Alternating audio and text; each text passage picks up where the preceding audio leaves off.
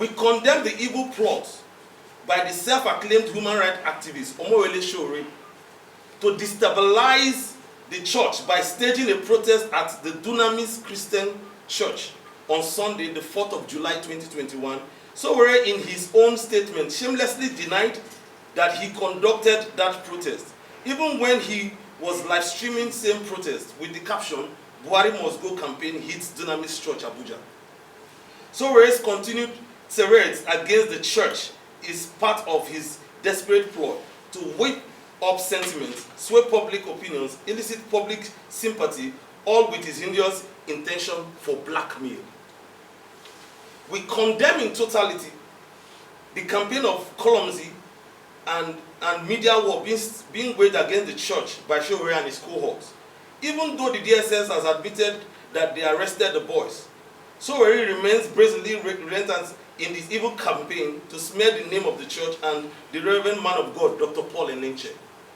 What would be the problem? Why is Sowore leading a protest against the government? He should take it to the government. He shouldn't take it to the church. Is the church the seat of government? No, the church is not the seat of government. Who is Sowore protesting at? Is he protesting against the church? Or is he protesting against the government? We want to know. We implore everyone to critically take a look at the above questions and satisfy their conscience with balanced and objective answers vis-a-vis what Sowore and his people have been protesting and posting online against the Church of God. As youth organizations and as Christian youths, we identify with the collective yearning for positive change and leadership transformation in our land. But we also believe in orderly and civilized engagement in the request for change.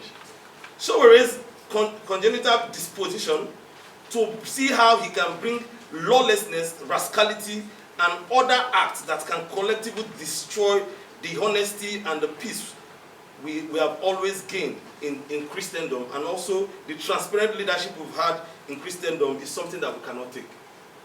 We won't be cowed into embracing anarchy in our quest for change. And so, the youth should avoid this plague called Sowore.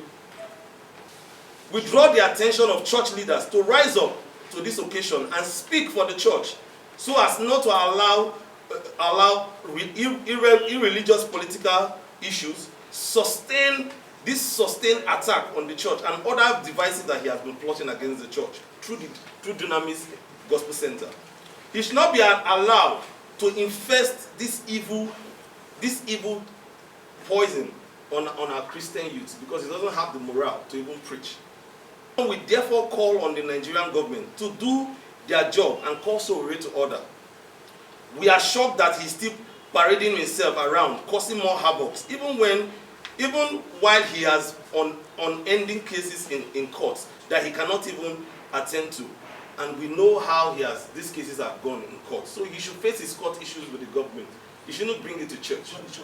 We just want to sound a note of warning to those that want to use church as a ground or venue for protest. Church is a holy place. It's a temple of God. Church is where we worship and serve our God. Church is not a unity fountain. Church is not where we do protest. We serve a living God in a church. So please, if you are aggrieved with the government of the Federal Republic of Nigeria or with anybody in particular, you are advised to take your grievances to the person in question and not to bring it to the Church of God. We will not tolerate it. We will not allow it. We Christian youth in Nigeria, we Pentecostal Christian youth in Nigeria, we will not allow it and we will not tolerate it. Pastor Paul Enenche has been advising government and so many senior pastors in this country, including myself. We don't abuse government. It is not the right of any senior pastor or any church grant to be used to abuse government. Listen, government has a right to revoke any C of O or R of O of any church or any mosque if you find them. Take that back of your mind. So we don't want anything tomorrow. They will say this church, where you build your church, supposed to be a recreation center. I'm giving you a revelation. And people should be very, very prayerful now. Not just prayer and fasting, we must take action. And this action that this organization and movement is taking today, it will send a warning. We may not have police or litigation with anybody, but we are spiritual people.